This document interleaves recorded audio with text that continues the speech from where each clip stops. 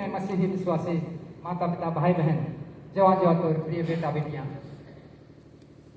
आज हम लोग कलीसियाई कैलेंडर के अनुसार से हम लोग आज एडवेंट काल का पहला सप्ताह में हम लोग प्रवेश कर चुके हैं।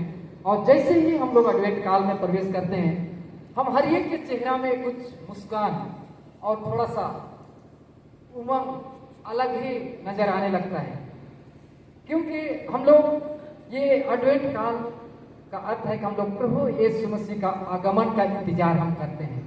आगमन हमारे लिए दो तरह का आगमन है जो आज हम उसको इंतजार करते हैं। पहला कि यीशु मसीह का जन्म के आगमन जो भविष्यवक्ताओं के द्वारा कही गई थी, जो आज हम देख पाते हैं कि भविष्यवक्ताओं ने इसका भविष्यवाणी हजारों हजार वर्ष पहले किए थे और वो भविष्यवाणी पूरी होती है जो प्रभु यीशु मसीह हमारे बीच में आए एक बालक के रूप में, और उसका इंतजार आज कर रहे थे। और आज हम भी इस जन्म पर्व का उत्सव के लिए, जन्म पर्व प्रभु यीशु मसीह का बर्थडे को मनाने का तैयारियां हम लोग करते हैं। इस एडवेंट काल में प्रवेश करते ही हम लोग कुछ तैयारियां में जुट जाते हैं। और दूसरा है कि हम लोग दूसरा आगमन हमारा प्रभु यीशु मसीह जो इस जगत में क्रूस के ऊपर बलिदान होने के बाद मृत्युओं में से जब जी उठे और उन्होंने कहा कि मैं तुम्हारे लिए जगह तैयार करने के लिए जाता हूं, और जब जगह तैयार करूंगा तो फिर मैं तुम्हें लेने के लिए आऊंगा। आज वो इंतजार भी आज हमारे हर एक के मन में है कि हमारा प्रभु हमें लेने के लिए आने वाला है। आज वो आगमन का भी आज हम लोग इंतजार करते हैं। तो ये दो आगमन के विषय में आज हम लोग इस एडवेंट काल में हम लोग देख पाते हैं। तो ख्रिस्त में प्रिय, आज सचमुच आज हम लोग को उत्साहित रहना है, खुशी रहना है, और हम लोग जन्म पर्व मनाने की तैयारियां में हम लोग जुट गए हैं। और तैयारियां भी जरूरी है, क्योंकि हमारा प्रभु यीशु मसीह हमें उद्धार करने के लिए, हमें बचाने के लिए, जगत के लोगों को छुटकारा देने के लिए आज इस जगत में आए, मनुष्य रूप लेकर, और हमारे हर एक का गुनाहों को क्षमा करने के लिए अपने आप को बलिदान कर दिया। अब हम दूसरी आगमन का भी हम तैयारियां में करें, अपने आप को दीन नम्र करें, और हम अपने आप को पवित्रता के साथ हम प्रभु के पास लाएं, दीन और नम्र होकर। हम देख पाते हैं कि हमारा प्रभु यीशु मसीह यरूशलेम जा रहे थे। पहले उन्होंने किसी प्रकार का इश्तिहार छपवाए नहीं कि मैं यरूशलेम इतना डेट को आ रहा हूं, इतना डेट को मैं आ रहा हूं। किसी प्रकार का संदेश यरूशलेम के लिए नहीं भेजे, किसी प्रकार का तैयारियां करने के लिए नहीं कहे, लेकिन अचानक हमारा प्रभु यीशु मसीह यरूशलेम के लिए जाने की तैयारियां करते हैं और यरूशलेम जाते हैं। और यरूशलेम जब प्रवेश करते हैं प्रिय, बिना तैयारी का साथ, हम लोग तो कोई शादी होता है, कोई ब्याह, कोई मंत्री आता है, तो हम लोग को पहले पता लग जाता है, 1 महीना 2 महीना। बीच में हम लोग के बीच में अंकित सजवान जी जब परमेश्वर का दास आ रहे थे, 1 महीना 1.5 महीना पहले से हम लोग के पास तैयारियां और उसकी तैयारी करके पूरा किया और धूम धड़ाका से हुआ। लेकिन यीशु मसीह जब यरूशलेम जा रहे थे, किसी प्रकार का संदेश नहीं भेजे थे, इश्तिहार नहीं छपवाए थे कि मैं यरूशलेम आ रहा हूं। लेकिन ख्रिस्त प्रिय, हम देखते हैं कि यीशु मसीह जैसे उनकी तैयारियां थी, उन्होंने कहा कि तुरंत अपने चेलों को कहा, जाकर तुम बगल के गांव में जाओ और वहां पर एक गधी, उसका माँ और उसका बच्चे वहां पर बांधा हुआ मिलेगा, उसको तुम वहां से खोलकर मेरे पास लाओ। अगर किसी ने तुमसे मना करते हैं, तुम कहना कि प्रभु को इसका प्रयोजन है। और वो जब ये बात सुनेंगे, तुरंत वो लोग इसको आपके हाथ में दे देंगे, किसी प्रकार का रुकावट नहीं होगा। हम ख्रिस्त में प्रिय, आज हम देख पाते हैं कि हमारा प्रभु यीशु मसीह आज उस गधे के ऊपर सवार होके वहां जाते हैं।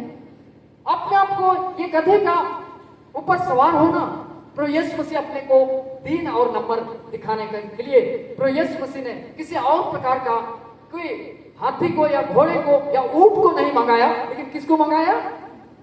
गधे को। गधे बहुत अच्छा है ना, गधा का नाम सुनते बहुत आनंद आता है क्या? है नहीं ना? गधा मतलब इस संसार में जितने जानवर है उससे सबसे नीचा गधा को देखा जाता है। इसलिए आज अगर कोई गाली भी देता है अपने बच्चे को या किसी को तो क्या बोलते हैं? किसका नाम लेते हैं? एक घोड़ा बोलते हैं, हाथी बोलते हैं। हम लोग किसका नाम लेके गाली देते हैं बच्चों को? गाधा, है ना? उसी तो ख्रिस्त प्रिय, ये हमारे लिए बहुत सौभाग्य की बात है कि हमारा प्रभु यीशु मसीह किस में सवार होके गए? यरूशलेम गधे के ऊपर। आज अगर कोई व्यक्ति अगर गधे में सवार होके पटेल चौक या टावर चौक की ओर चले जाएंगे, सब लोग बहुत तारीफ करेंगे, सब लोग उसको देखेंगे, क्या करेंगे? हंसेंगे, ठट्ठा उड़ाएंगे, देख देख देख ये आदमी क्या है, गधे के ऊपर सवार होके आ रहा है, बैठ के आ रहा है। लेकिन हमारा प्रभु यीशु मसीह इस बातों को नहीं देखा, वह किसी प्रकार का अपमानित की बातों को नहीं देखा। हमारा प्रभु यीशु मसीह ने गधे को मंगाया और उस बच्चे के ऊपर सवार होता है जो कभी भी उसके ऊपर कोई सवार नहीं हुआ था, उसके ऊपर सवार होकर प्रभु यीशु मसीह यरूशलेम के लिए प्रवेश करते हैं। ख्रिस्त में प्रिय, हम देखते हैं कि यरूशलेम में कोई तैयारियां नहीं थी, फिर भी जैसे ही यीशु मसीह वहां प्रवेश करते हैं, लोगों ने देखा कि यीशु मसीह गधे के ऊपर सवार होकर आ रहे हैं। लोगों ने जिसके पास कपड़े थे उन्होंने रास्ते में कपड़े बिछाए, और जिनके पास कपड़े नहीं थे उन्होंने पेड़ से डालियां काटकर उन रास्ते में बिछाए और यीशु मसीह का जबरदस्त स्वागत किए हैं, जबरदस्त स्वागत किए हैं और इतना शानदार स्वागत किए हैं, होशाना का गीत गाकर स्वागत किए हैं। ख्रिस्त प्रिय, इतना शानदार स्वागत करते हुए प्रभु यीशु मसीह को होशाना और हालेलुया करते हुए प्रभु यीशु मसीह को यरूशलेम में प्रवेश करते हैं। आगे और पीछे लोगों का भीड़ लग गई, तांता लग गया और इस मसीह को स्वागत करते हुए अंदर ले जाते हैं। प्रभु यीशु मसीह अपने आप को दीन और नम्र दिखाने के लिए, तो आज ख्रिस्त प्रिय ये एडवेंट काल हमारे लिए अपने आप को दीन और नम्र करने की और अपने आप को पापों से मुक्ति करने के आवश्यकता है। आज अपने आप को छुटकारा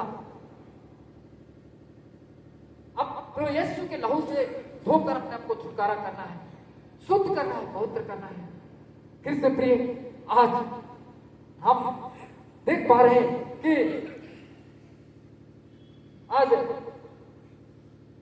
प्रभु यीशु मसीह अपना जीवन को आज लोगों को दिखाना चाहते हैं कि आज देखो, मैं एक परमेश्वर का पुत्र, एक राजा होने के, राजाओं का राजा होने के बावजूद भी मैं इस गधे के ऊपर सवार होता हूं। हमारा प्रभु यीशु मसीह संसार का राजाओं की तरह नहीं।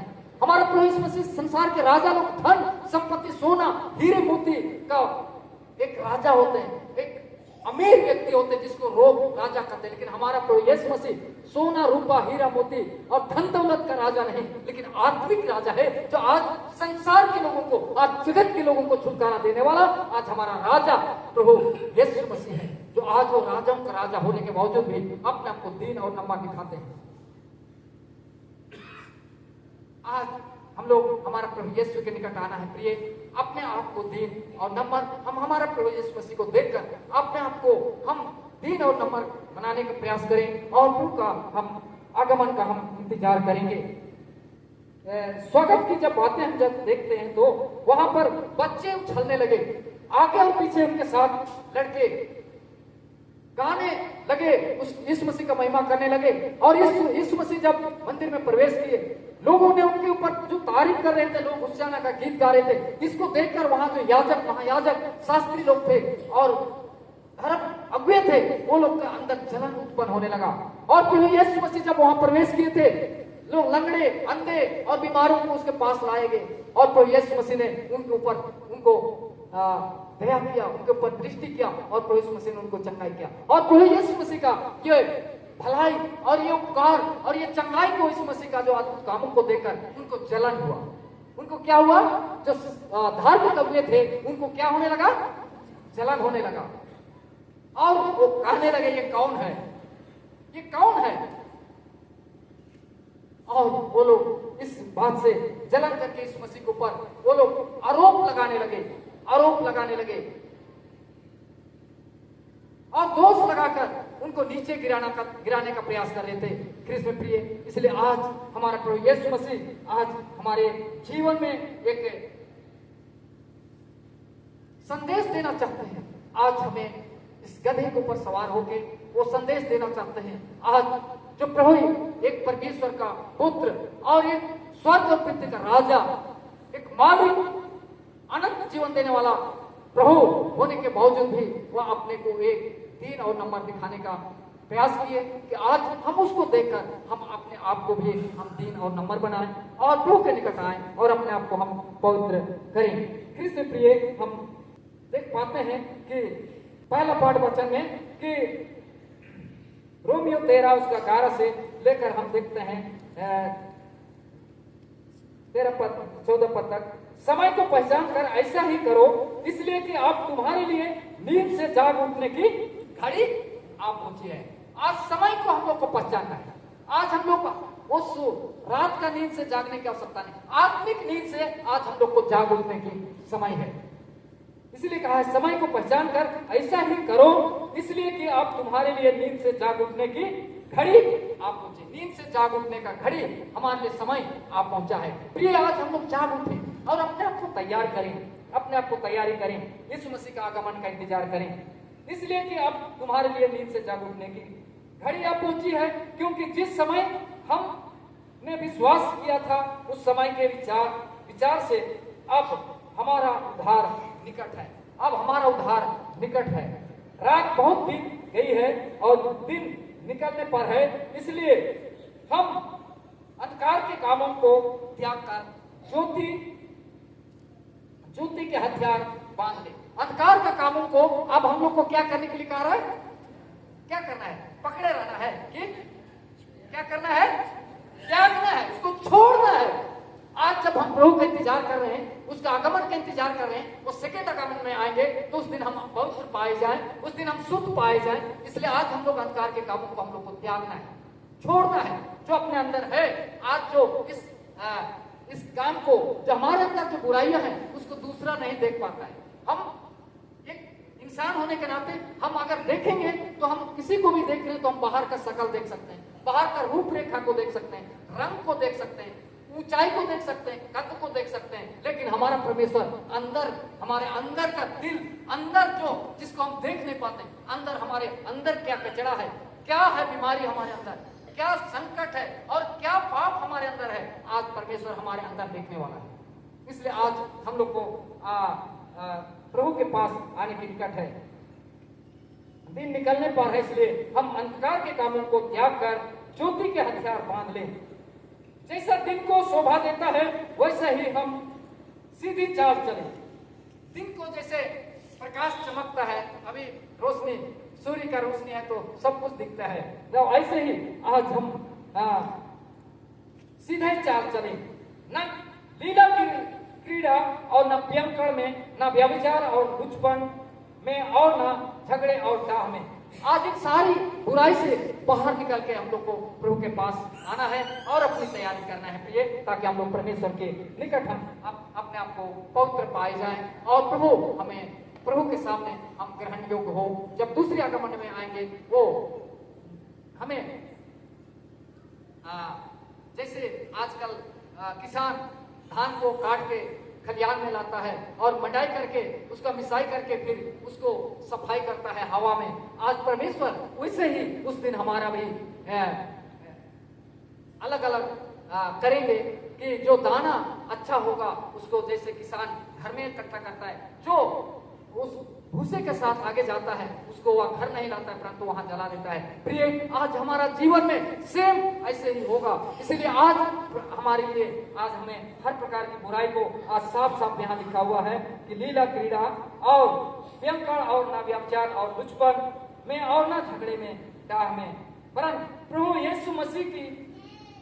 यीशु मसीह को पहन लो और शरीर की अभिलाषाओं को पूरा करने का उपाय ना करो।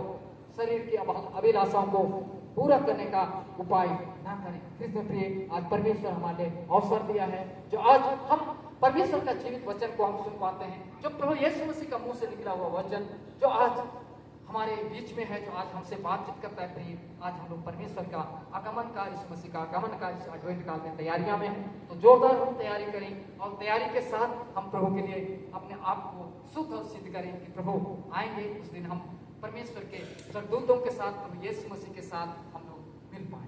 प्रभु परमेश्वर आज की इस छोटी प्रवचन में बहुत का हमारे कलीसिया और मंडली में और अपने आत्मा की तरफ अगुवाई करें और हमें हमारे अंदर इस वचन को बैठने दे, ताकि हम लोग प्रभु के सामने अपने आप को सिद्ध और शुद्ध पाए जाएं। प्रभु हम हर एक को बहुत का आशीष। आमीन।